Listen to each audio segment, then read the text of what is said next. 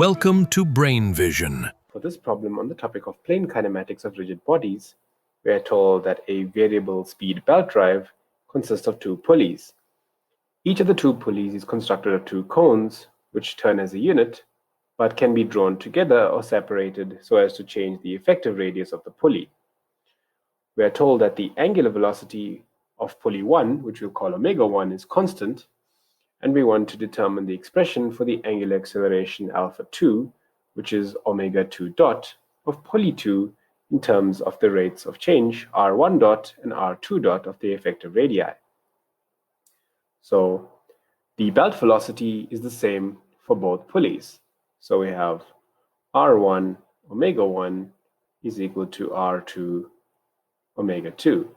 And so therefore, if we take the time derivative of both sides of this equation, we should also have the same.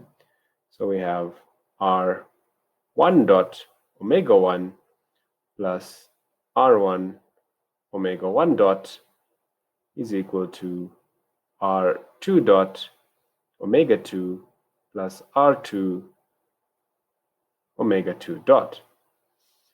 Now for omega 1 is constant, we have omega 1 dot is equal to 0, and we're also given that alpha 2 is equal to the time derivative of omega 2, that's omega 2 dot.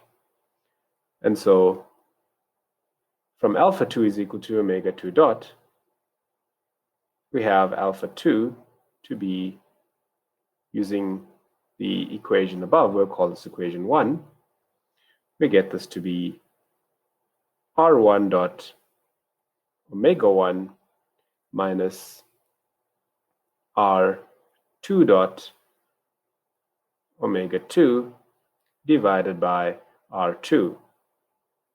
And so we can write this, since omega dot 1 is 0, we can write this as r dot 1